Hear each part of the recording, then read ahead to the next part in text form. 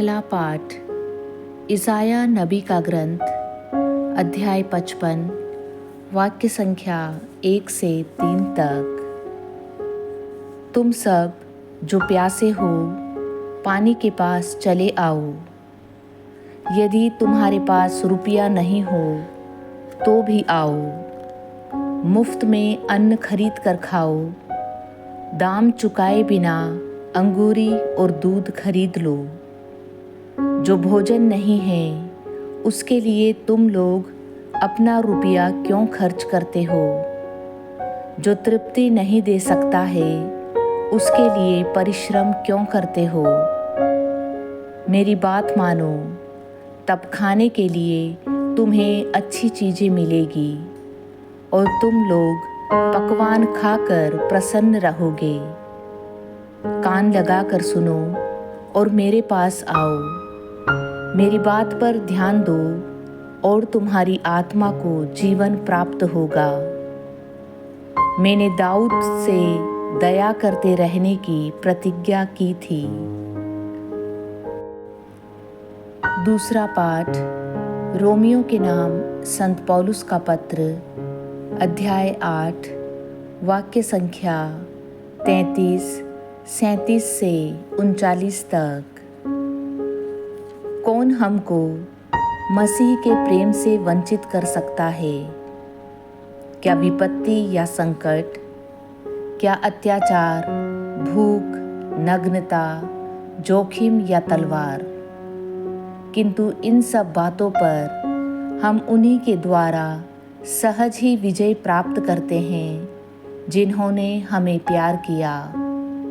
मुझे दृढ़ विश्वास है कि न मरण या जीवन, न स्वर्गदूत या नरकदूत, न वर्तमान या भविष्य, न आकाश या पाताल की कोई शक्ति और न समस्त सृष्टि में कोई या कुछ हमें ईश्वर के उस प्रेम से वंचित कर सकता है जो हमें हमारे प्रभु ईसा मसीह द्वारा मिला है। आज का पवित्र सुसमाचार संत मत्ती, अध्याय 14, वाक्य संख्या 13 से 21 तक। ईसा यह समाचार सुनकर वहाँ से हट गए और नाव पर चढ़कर एक निर्जन स्थान की ओर चल दिए।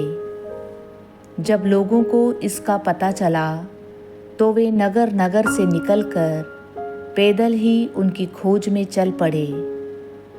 नाव से उतरकर ईसा ने एक विशाल जनसमूह देखा। उन्हें उन लोगों पर तरस आया और उन्होंने उनके रोगियों को अच्छा किया। संध्या होने पर शिष्य उनके पास आकर बोले, यह स्थान निर्जन है और दिन ढल चुका है। लोगों को विदा कीजिए जिससे वे गाँव में जाकर अपने लिए खाना खरीद लें। ईसा ने उत्तर दिया, उन्हें जाने की जरूरत नहीं, तुम लोग उन्हें खाना दे दो। इस पर शिष्यों ने कहा, 5 रोटियां और 2 मछलियों के सिवा यहाँ हमारे पास कुछ नहीं है। ईसा ने कहा, उन्हें यहाँ मेरे पास ले आओ। ईसा ने लोगों को घास पर बैठा देने का आदेश देकर वे 5 रोटियां और 2 मछलियां ले ली। उन्होंने स्वर्ग की ओर आंखें उठाकर आशीष की प्रार्थना पढ़ी और रोटियां तोड़ तोड़ कर शिष्यों को दी और शिष्यों ने लोगों को। सब ने खाया और खाकर तृप्त हो गए और बचे हुए टुकड़ों से 12 टोकरे भर गए।